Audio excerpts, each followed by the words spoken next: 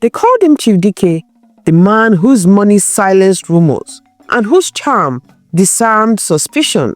With one wave of his hand, debts vanished, jobs appeared, and futures were secured.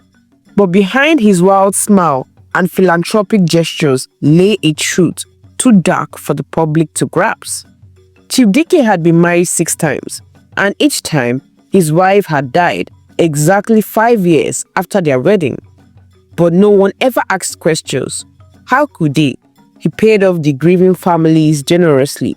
He built houses, started businesses for in-laws, and sent younger siblings abroad. The women who married him lived like queens until they suddenly didn't. And even in death, their families remained loyal, refusing to speak ill of the man who had lifted them out of poverty. No one ever dared ask why he only married virgins, or why, despite his age, he kept seeking new wives every few years.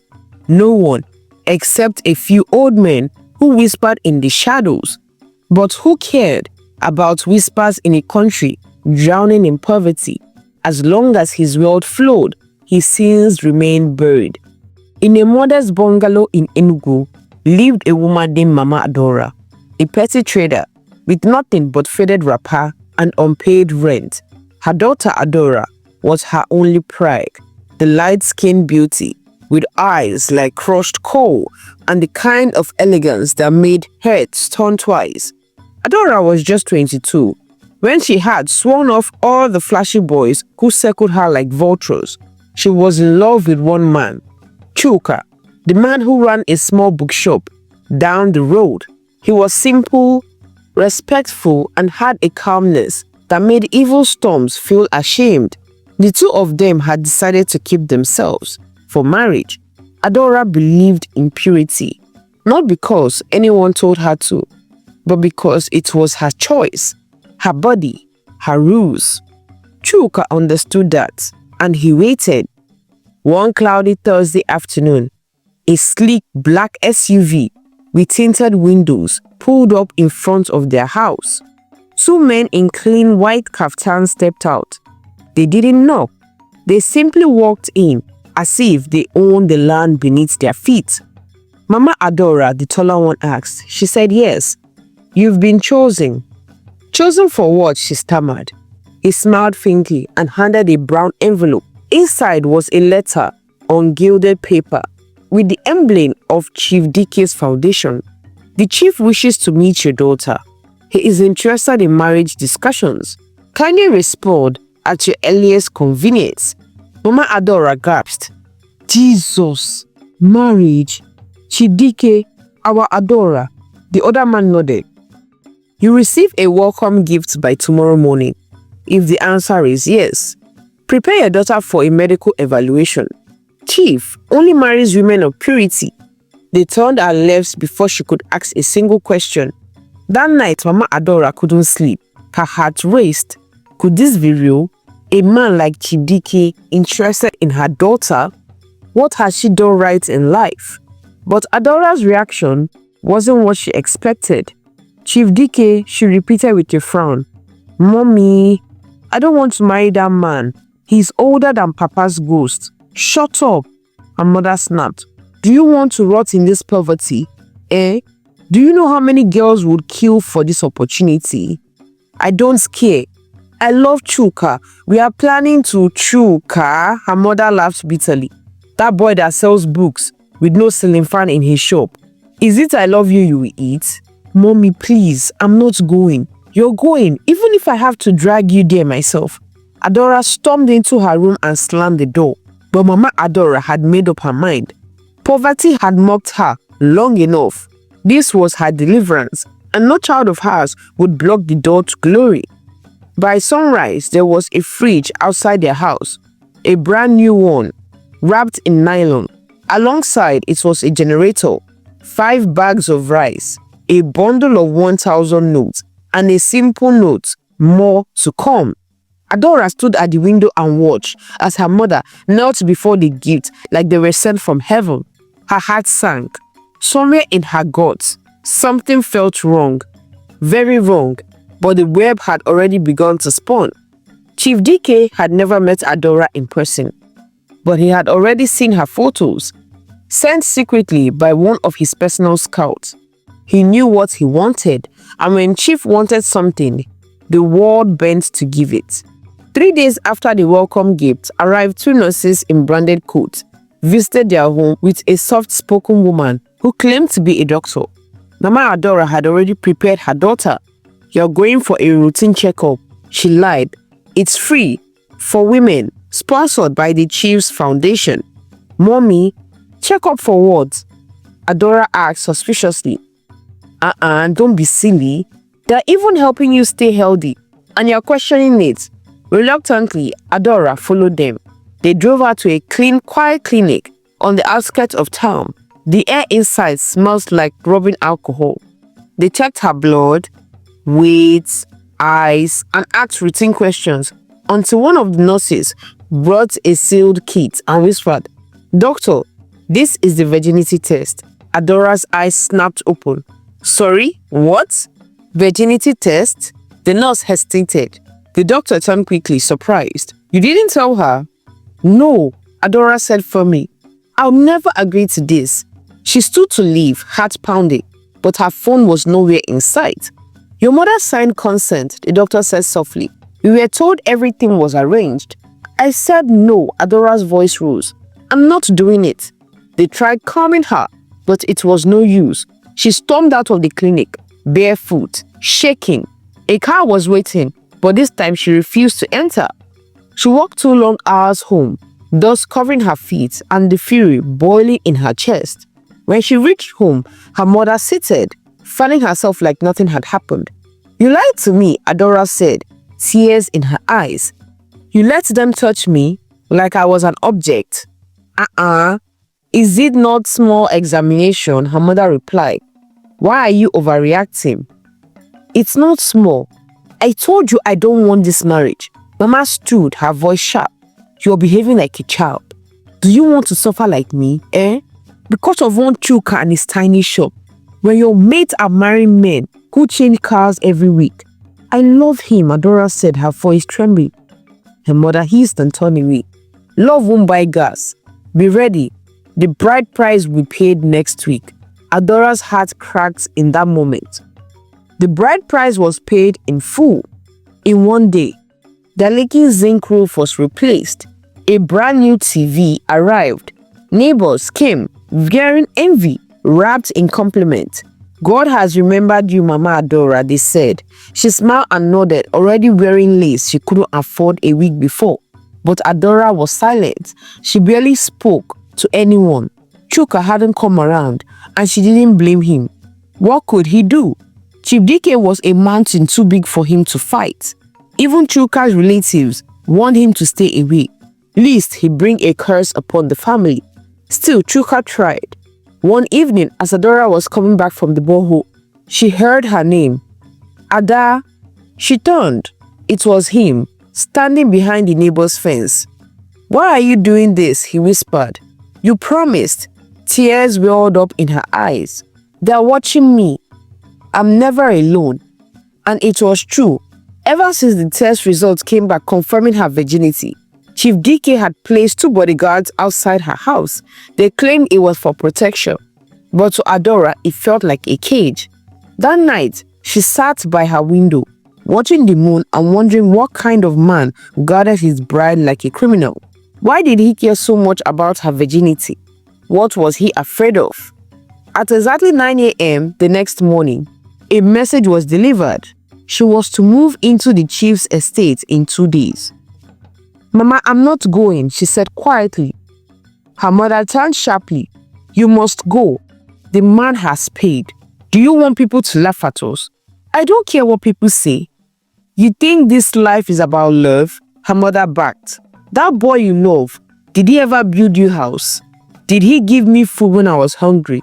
Adora stood up, voice trembling, but strong. "You sold me. That's what you did." A slap cut through the air. "Ungrateful child. Do you think I did this for myself? You thank me when you're living like a queen." But Adora didn't feel like royalty. She felt like a lamb being prepared for sacrifice. Later that day, as she sat outside, plaiting her niece's hair. One of the guards walked up to her. The chief sent his regards, he said. He stood. He should keep them, she muttered. He chuckled slightly, just leaned in. Just know, nothing in that house is normal. I've worked for him for 10 years. You are the 7th, and none of them ever made it past 5. She froze. What do you mean? But he walked away, whistling like he hadn't just dropped a curse on her doorstep. The warning wouldn't leave Adora's mind. You're the 7th, and none of them made it past 5. What did he mean? 5 what? 5 years? 5 months? And why had no one spoken up? That night she didn't sleep. She sat on her mattress, her back against the wall, staring into the darkness of the room. She had known all her life, but now it felt like it was closing in on her. Everything felt ostracized. The sudden wealth, the pressure, the test, the guards, the silence around Chief Dik's past wife. It wasn't just marriage, it was something else. The next morning, Chuka found her. He had bribed the younger bodyguard with a bottle of beer and a carton of Indomie. The older one was already asleep at the gate, thanks to a sleeping pill dissolved into his coke. They stood at the back of the compound, between the purple trees and the old water tank of sight. I need to talk to you, he said. I'm scared, she replied. Something is wrong. The others, the ones he married, I think they are all dead. Chuka didn't flinch. He had known something was off. My sister was one of them, he said. Adora gasped. Your sister? Yes, Nena, his second wife. She died exactly 5 years after she married him. Healthy one night, dead the next morning. They said it was heart failure, but I knew it was more. She held her mouth. Why didn't you ever tell me? I was afraid, but I can't keep quiet anymore. They were both quiet for a while. The wind rustled the leaves. I want out, Adora whispered, but he has me trapped. The guards, the money, my mother, everything. Then an idea came to her, bold and wild. If he's obsessed with marrying virgins, she said slowly, what if I'm no longer one? Chuka's eyes widened. You mean? Yes, she whispered. I want to do it with you. Not because of lust, but because I want to live. He hesitated. Ada, are you sure? She nodded. I would rather give myself to the man I love than let that monster use me for whatever evil he's hiding. That night, Adora crushed 2 tablets into the guard's evening meal again, the same trick she used weeks ago. She dressed simply, took nothing with her but her heart, and disappeared into the night. Chuka had already arranged a safe guest house in a quiet area. They didn't rush. There was no fireworks, just warm, quiet tears, trembling hands, and the sound of 2 people choosing each other in a world that had tried to separate them. And when it was over, Adora felt something shift inside her. Not just physically, but spiritually. She had broken the rule. Now she just had to wait and see what would break in return. The traditional wedding happened in silence. No music, no dance, no jubilation. Chief Dik claimed she preferred quiet celebrations to honor the sacredness of marriage, but everyone in the compound could sense something unnatural in the air. Even the goats tittered at the fence, seemed nervous. The elders came, kola nuts were broken, and palm wine was shared. Adora sat beside the man she had feared for months, wearing a coral necklace and a distant look in her eyes. She didn't smile once. She didn't cry. She had already done both in secret. By the evening, they returned to Chief Dik's massive estate, a fortress hidden behind tall trees and iron gates.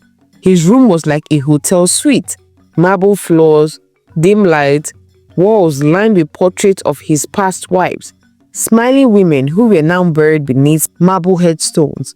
Adora stood in the room, hands folded, dressed in a soft white wrapper he had picked himself. She could hear her own heartbeat. Chief Dik entered. He was bare-chested, with a red cloth around his waist. He walked in slowly, eyes fixed on her, silent. When he reached her, he smiled and whispered, "You're mine now." Then he moved to touch her, but he paused. He stared at her. His smile faded. His hands froze in the air. Then he stepped back, as if slapped by an invisible force. "No," he murmured. "No, no, no." Adora watched, confused and frightened. "What is it?" He shook his head violently, stumbled backward. You've been touched." Adora grasped. "What are you talking about?" "You're not a virgin," he screamed, eyes bulging. "You finished me. You finished my lineage." He grabbed a bronze bowl from the side table and hurled it across the room. It shattered. Adora backed into the corner. "Chief, you're scaring me." He grabbed his head. "The covenant. I broke the covenant."